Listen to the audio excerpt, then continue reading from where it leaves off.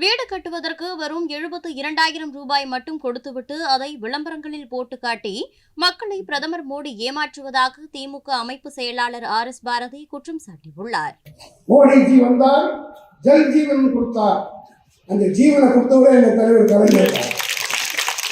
1970 கண்டுபிடித்து அந்த குடிநீர் கொடுத்ததுனால காரணத்தினால்தான் அந்த சிலம்பு நரம்பு சிலம்பு நோயே தமிழ்நாட்டுக்கு யாரை கண்டுபிடிச்சீங்களா? ஒழிந்ததுக்கு யார் காரணம்? என்னுடைய தானை தலைவன் கலைஞரும் திராவிட முன்னேற்ற கழகம் தான் காரணம். அதே போல இன்னொரு திட்டத்தை டிவியில போட்டு காட்டுறோம். மோடி வீடு கட்டும் திட்டம் எவ்வளவு பெரிய மோசடி தெரியுமா? அது 72,000 ரூபாய் எவ்வளவு வீடு கட்ட முடியும்? கட்ட முடியாது.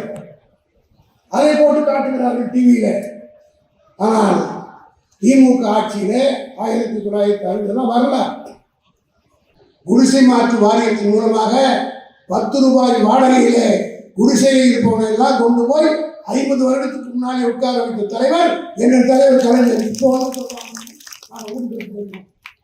இந்த பட்ஜெட்டிலே கூட தலைவர் தளபதி அவர்கள் அறிவித்திருக்கிறார். நம்முடைய மேயர் சுட்டி காட்டியதை போல 8 லட்சம் பேருக்கு 3 லட்சம் ரூபாய் செலவிலே மிக பிரமாதமான கான்கிரீட் வீடுகளை கட்டித்தரப்போம் அறிவித்திருக்கிறார்.